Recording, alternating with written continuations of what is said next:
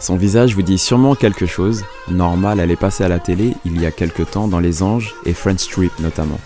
Aujourd'hui chez Tang Frères, je reçois Claire Tomek. Sa maman est viette thaïlandaise et son papa tchécoslovaque. Autant vous dire que son profil est atypique et elle ne manque pas d'énergie. Ah aussi, j'allais oublier. Abonnez-vous à notre chaîne sur YouTube, Y2TV.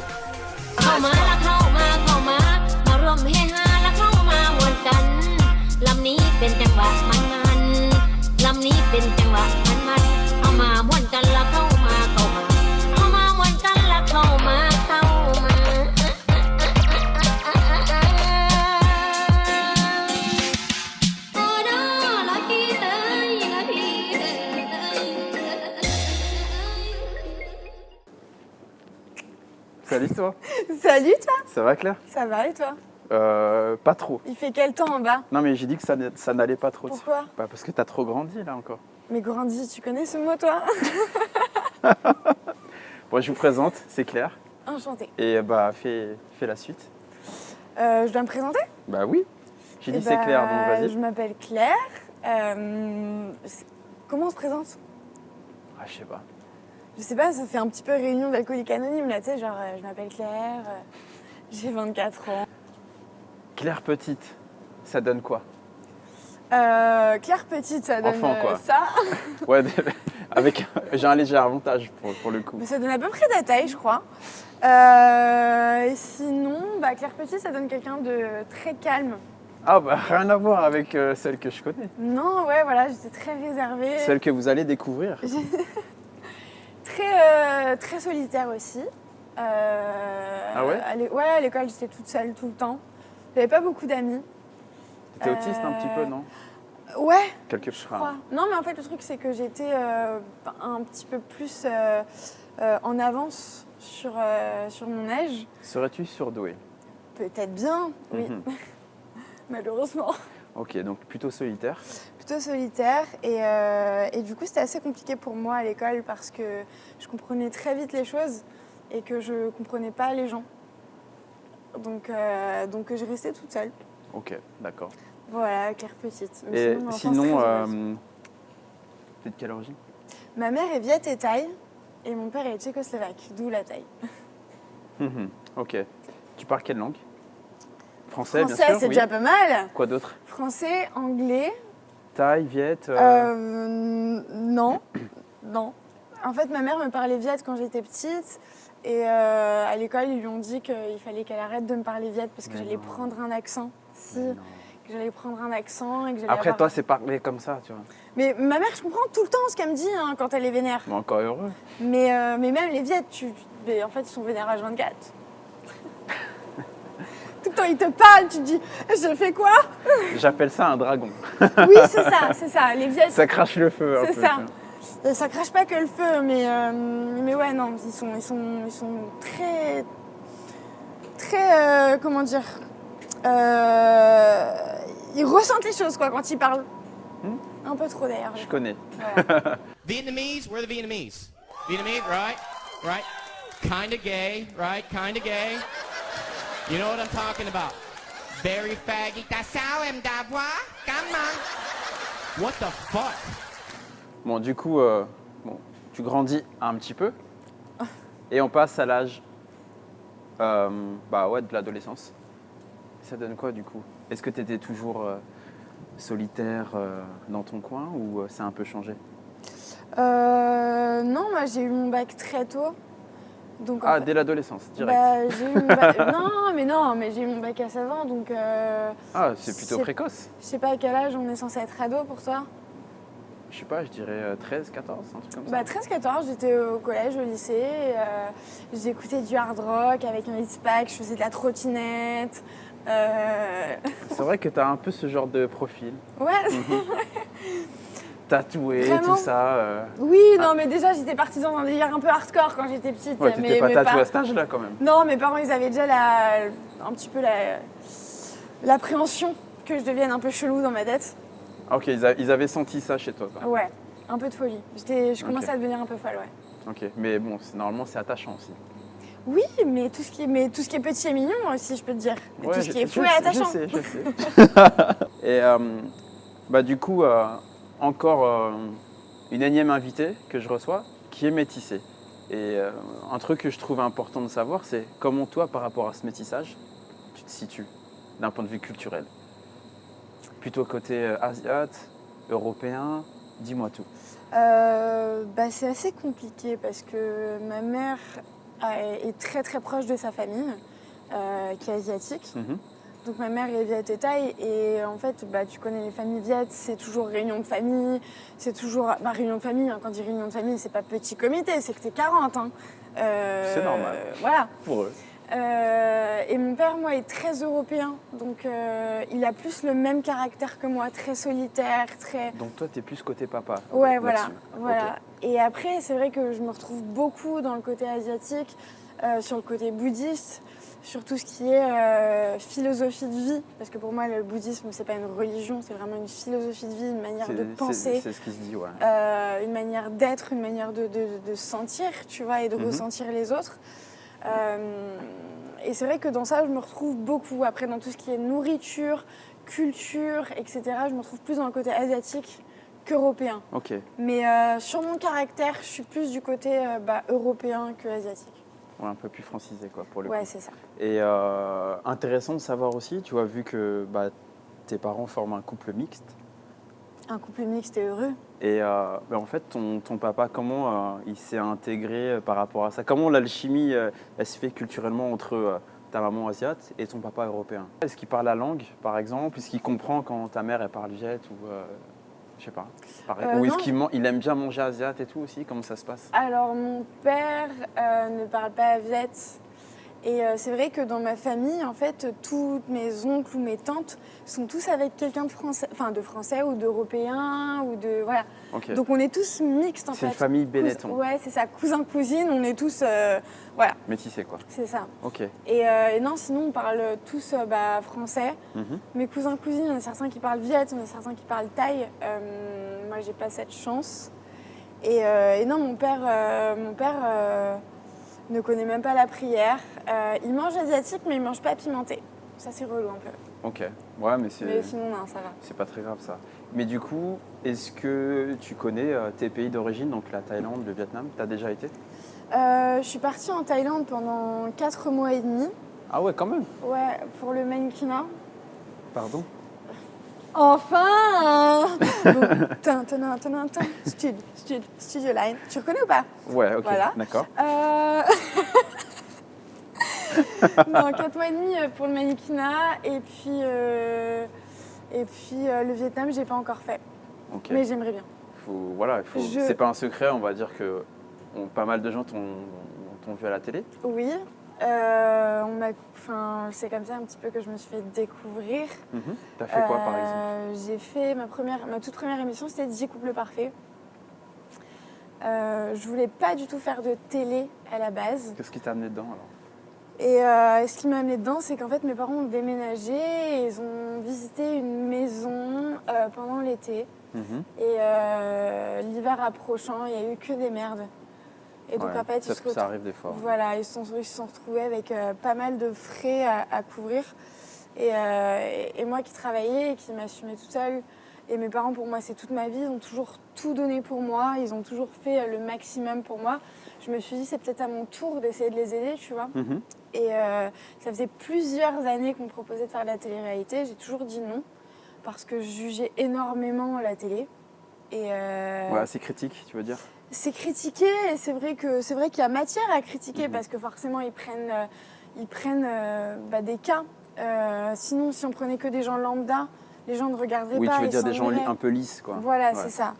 Et du coup, je me suis dit, pourquoi pas? On me propose une grosse somme d'argent, enfin un potentiel, qui était la cagnotte de 10 couples parfaits. Et je me suis dit, si ça peut aider mes parents, je vais le faire. Okay. Et du coup, c'est comme ça que je me suis lancée. Et après, quand j'ai vu que j'arrivais à rester moi-même et à pas me perdre... à pas jouer un rôle un peu... Voilà, et que ça plaisait, okay. Je me suis dit, si on me propose une autre émission qui me plaît, why not, pourquoi pas. Okay.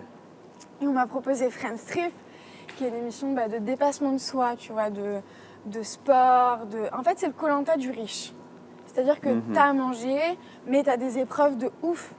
des trucs que j'ai mis ma tête dans un bocal rempli de serpents pour aller chercher des balles de ping-pong avec ma bouche, s'il te plaît.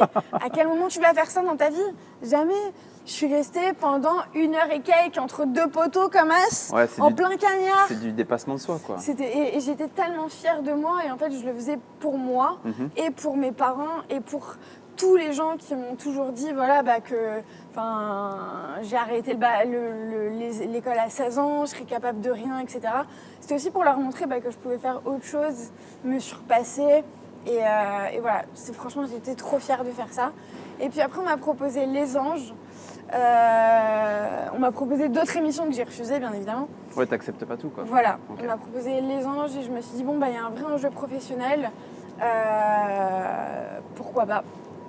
Et du coup, je me suis retrouvée là-bas cette année. Et du coup, maintenant, la maison de tes parents, de ce côté-là, c'est tranquille, quoi. Écoute, grâce à toi. Ouais, ça va. Enfin, ils sont pas toujours sortis de sa galère, de leur galère, mais ça va un peu mieux. Quelle a été la réaction de tes parents par rapport à ça? Parce que tu as arrêté tes études tôt, en plus. J'ai eu... Ton bac à 16 ans, mais après, plus rien. J'ai eu énormément de chance, je pense. Pour moi, j'ai les meilleurs parents, les meilleurs parents du monde. J'ai des parents qui sont hyper compréhensifs. Ouverts et tout ça. Ouverts et qui veulent vraiment que mon bonheur.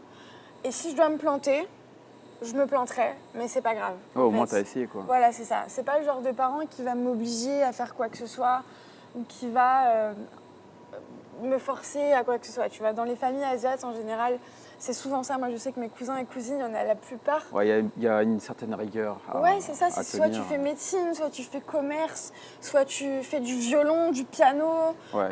Il faut que ce soit quelque chose dans l'excellence. Oui, bien sûr, évidemment. Mais attends, 18? Quoi, 18? C'est nul. Mets tes doigts comme ça, je prends les baguettes. Tu vois? Non, mais c'est ça, les familles asiatiques. Tu te faisais corriger un peu ou pas? Jamais. J'avais toujours plus que 18, pour ça, pour qui tu me prends. Non, mais vraiment jamais. Moi, mes parents, ils ont toujours été très, très, très, très cool.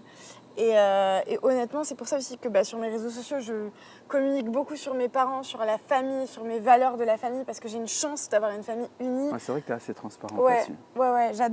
Pour moi, mes parents, je leur dois tout. Je leur dois tout et je souhaite à tout le monde d'avoir des parents aussi compréhensifs que les miens. Et voilà, c'est dur pour des parents d'assumer que ton enfant fasse de la télé-réalité. Moi, je sais que si j'ai des enfants et qui me demandent de faire de la télé-réalité, je leur dirai non.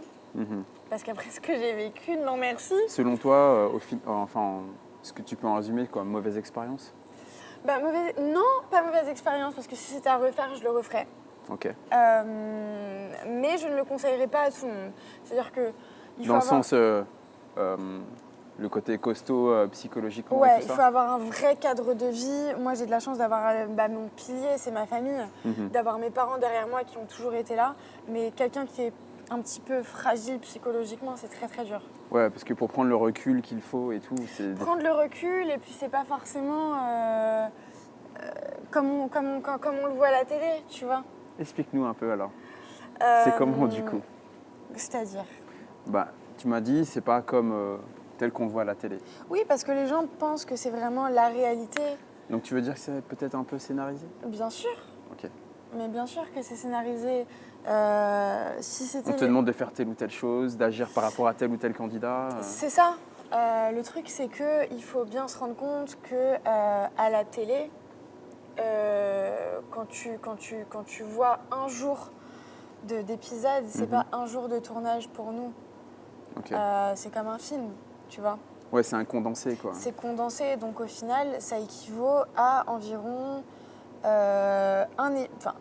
un jour de tournage pour nous équivaut à 2-3 épisodes à la télé. Ouais. Donc pour vous, ce qui prend une semaine prend pour nous en réalité 2 jours, 3 jours. Okay. Donc forcément, tout est accéléré, tout est amplifié, tout est... voilà. Oui, et puis il y a toujours un espèce d'épée Damoclès comment ça s'appelle, de l'audience, donc où il faut vraiment... qu'il se passe quelque chose. Ouais, sinon les gens ils décrochent. Voilà, c'est ça, il faut qu'il se passe quelque chose, parce que, encore une fois, tu mettrais que des gens lambda qui s'entendent bien, où il se passe rien et où les gens se rapprochent naturellement. Trop bisounours, quoi. Voilà, c'est ça, pas vendeur, les gens ne regarderaient pas forcément.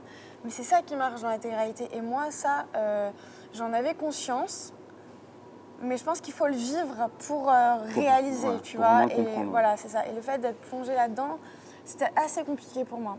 Ok. Après, on te met pas le couteau sous la gorge, mais Oui, bien sûr, c'est ton. c'est vrai que c'est un petit peu, c'est un travail en fait, la télé-réalité. C'est un vrai job. Tu dois faire le travail, c'est-à-dire que tu. C'est pas juste, tu vas, tu kiffes et puis voilà. C'est quoi. ça. C'est pas des vacances. Les gens pensent que c'est des vacances, mais non. Tu te lèves à 8 heures pour faire le réveil.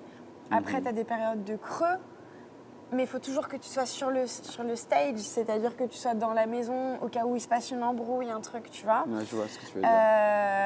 Et puis après, tu as ce qu'il y a, les interviews. L'après-midi, tu as les sorties. Quand tu sors pas, tu restes à la maison. Mais il faut que tu restes à la maison et que tu fasses des histoires. Parce que si tu restes à la maison pour tourner les pouces comme si tu étais en vacances, Ouais, j'avoue. tu vois, tu es payé quand même pour ça.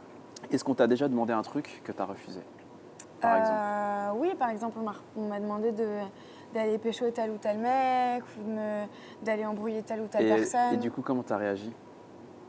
Bah moi, quand on m'a dit ça, on m'a dit oui, bah si tu le fais pas, on prend ton billet et tu rentres chez toi. Ouais, on te cut quoi. Et bah j'ai dit ok, bah dans ce cas-là, je préfère moi-même payer mon billet et rentrer chez moi plutôt que de passer pour une timpe. Ok. Mais c'est aussi pour ça que je pense que les gens voient que je suis naturelle et c'est pour ça que mes parents ne l'ont pas mal pris que je fasse de la télé parce que Parce que t'es je resté me suis toi-même pas quoi. perdue. Et je me suis dit je préfère rentrer chez moi et rester moi-même que d'aller me rapprocher de telle ou telle personne alors que je le voulais pas. Claire, si je te donnais... allez, je te laisse prendre un seul produit dans ton frère, tu prendrais quoi? Un seul. Un seul. Genre si je vis sur une île déserte et qu'il me faut qu'un seul produit. En fait, là, t'as ton billet qui t'attend Ouais. et ton avion au bout. Tu prends un seul produit à ton frère. La sauce magie, Ok, bien sûr. allez, c'est parti. La base. La base. Non, non, non, non, non, non, non, non. En plus, il en reste une. Hein. Non. Le gros pot toujours. Ça, c'est la vie. Ok. Justement, Mais tu sais que ça, je l'emmène partout. T'as une anecdote? Je sais que t'as une anecdote à me raconter. Allez, vas-y. Sur le tournage des Anges. Des anges? Sur le tournage des Anges, tout le monde s'est foutu de ma gueule parce que j'avais ramené mon truc de sauce magie. 10 couples parfaits. Ça reste, Pareil. Ouais, je te jure. Je te jure. Mais tu sais que là, en fait, si je peux le ramener chez moi, je m'en fous. Hein. J'en ai trois dans ma cave qui m'attendent. J'ai toujours un stock. Il y a des gens, ils ont des caves à vin, mais toi, t'as une cave à magie. Une cave de magie, vraiment. C'est un truc pour moi, c'est le riz, les pâtes. La personne qui ne connaît pas la sauce magie. Moi, par contre... Elle mérite pas de vivre. Non, mais attends, mais je te jure, c'est même pas ça. Mais vraiment, quand je commence à dater un mec et tout... Grosse anecdote. Allez, vas-y, continue. Je commence à dater un mec. Ça m'intéresse. Et tu sais, tu vas manger au resto avec, et t'as l'air con quand tu fais « Excusez-moi, vous n'avez pas de sauce magie ?» et que le mec te regarde et il fait « C'est quoi la sauce magie ?» Bah là, next. Ouais. Je fais « Quoi, tu connais pas la sauce magie ?» C'est chaud. Ah voilà. Mais bon, si tu demandes la sauce magique, c'était dans un resto asiat, je pense. Oui, Forcément. non, mais moi je demande la sauce magie partout. Partout, mais, ok. Mais voilà, non, pour rigoler, tous mes copains ou copines qui ne connaissaient pas la sauce magie, je leur ai fait « Quoi, vous connaissez pas ?» Ils ont tous testé, ils ont tous adoré. Ok. C'est vraiment la base. Donc ceux qui ne connaissent pas la sauce magie, ça va changer votre vie. Et bon. avec mon code promo, je vois. Allez. C'est quoi tout ça là?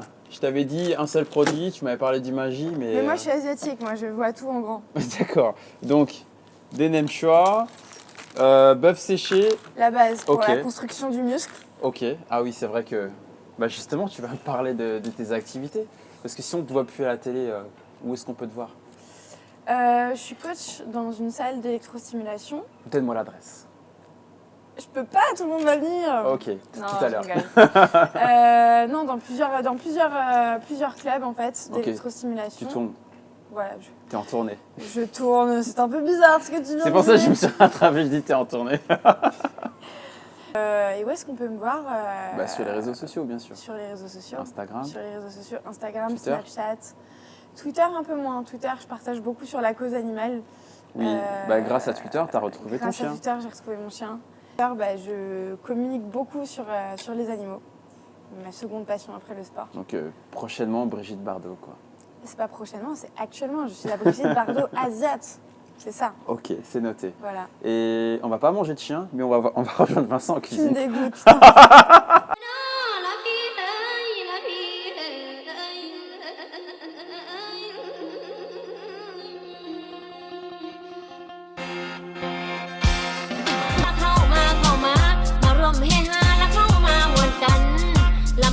เป็นจังหวะมันลำนี้เป็นจังหวะ